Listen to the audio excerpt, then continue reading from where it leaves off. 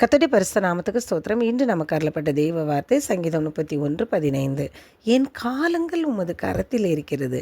என் சத்துருக்களின் கைக்கும் என்னை துன்பப்படுத்துகிறவர்களின் கைக்கும் என்னை தப்புவியும். இது சங்கீதக்காரர் சொல்கிறதா இருக்குது. இந்த வசனத்தில் 2 காரியங்கள் சொல்லப்பட்டிருக்குது. ஒன்று என்னென்னா, என் காலங்கள் உமது கரத்தில் இருக்குது. ஆமாம், ஏன்னா அவர் தான் நம்ம கருவில் உருவாக்கின தேவன். நம்மளை உருவாக்கி நமக்கு என்னென்ன நேரத்தில் என்னென்ன செய்யணும் அப்படிங்கிறத எல்லாமே அவர் கிளியராக பிளான் பண்ணி வச்சுட்டாரு. அதுதான் இதில் சொல்லப்பட்டிருக்குது.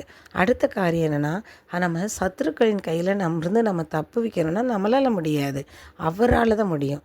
அப்போது அவரை சார்ந்திருந்தால் தான் நம்மளுக்கு துன்பப்படுத்துகிறவர்களின் கைக்கும் நம்முடைய சத்துருக்களின் கைக்கும் நம்ம தப்பித்து கொள்ள முடியும். ஏன்னா அவர் தான் நம்மை தப்புவிக்க வல்லவராக இருக்கிறார். அவருடைய சட்டையின் மறைவில் நம்ம ஒளிஞ்சுக்கிட்டால் தான் இந்த சத்துருக்கள்லாம் நம்மளை தொட முடியாது. பிரசங்கி 3:1 ஒவ்வொன்றிற்கும் ஒவ்வொரு காலம் உண்டு, வானத்தில் கீழே இருக்கிற ஒவ்வொரு காரியத்துக்கும் ஒவ்வொரு சமயம் உண்டுன்னு சொல்லியிருக்கு.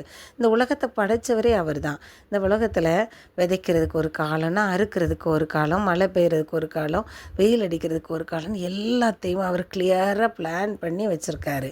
அவருடைய சாயலை உருவாக்கின நம்மளையும் அவர் எந்த நேரத்தில் நம்ம உயர்த்தணும், எந்த நேரத்தில் நம்ம பயன்படுத்தணும், எந்த நேரத்தில் நம்மளை உருவாக்கணும், எல்லாத்துக்குமே அவர் பிளான் பண்ணி வச்சுருக்கிறாரு.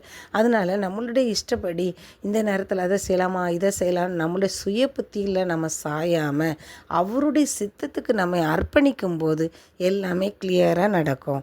சங்கீதம் 143:12 உம்முடைய கிருபையின்படி என் சத்துருக்களை அழித்து என் ஆத்துமாவை ஒடுக்கிற யாவரையும் சங்காரம் பண்ணும் நான் உமது அடியேன்னு சொல்லியிருக்கிறாரு.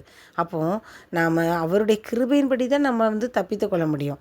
ஆனால் அதுக்கு நம்ம எப்படி இருக்கணும்னா, அவருக்கு அடிபணிகிறவர்களாய், அவருடைய வார்த்தைகளுக்கு அடிபணிகிறவர்களாய், அவருடைய எல்லா கட்டளைகளுக்கும் கீழ்ப்படுகிறவர்களாய் நாம் இருக்கும் பொழுது அவர் நம்மேல் கிருபையாய் இரக்கம் பாராட்டி நம்முடைய சத்துருக்களுக்கும் நம்மை ஒடுக்குகிறவர்களுக்கும் நம்மை அவர் தப்புவிக்க வல்லவராய் இருக்கிறார்.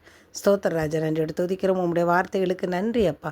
தகப்பனே, எங்களுடைய காலங்கள் உங்களுடைய கரத்தில் இருக்குது. எங்களுடைய வாழ்க்கையை உங்களுடைய சித்தத்தின்படி எங்களை நடத்தும் அப்பா. அதே போல் கிருபையினாலும் இரக்கத்தினாலும் எங்களுடைய சத்துருக்களில் இருந்து எங்களை மீட்டு எங்களை பாதுகாத்து வழி நடத்துங்க. இயேசு கிறிஸ்து மூலம் வேண்டிக் கொள்கிறேன் பிதாவே, ஆமேன்.